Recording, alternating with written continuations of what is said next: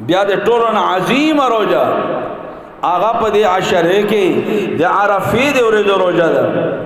ته ګوره دا مؤمن سړی چې دا د په دې زړه کې یو تمنا راځي.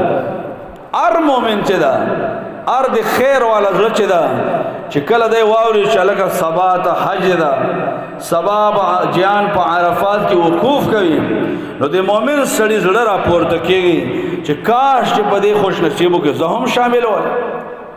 رب العالمین دا انسان مو تاسو کده په هر حال کې دا غریب دا وکا مالدار دا الله محروم کوي نه وکا زو ته ځان محروم نه نو دی هغه اجیان په وقوف عرفه کوي او زو ته په دغه ورځ باندې روزه ونس.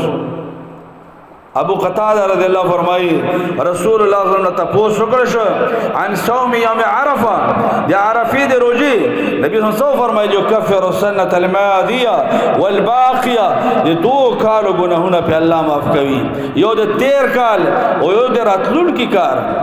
ګوره دی الله څومره رحم ده، څومره لوی مهرباني ده چې سیدا یو انسان ته ځکه حاجی په عرفات کې روزه نشي وای، حجانو د پاره دا روزه نه ده.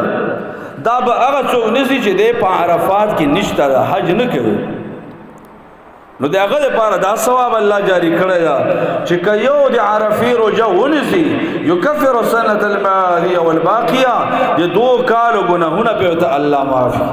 څومره غټ مقام ده او کزای نشي ماوتان.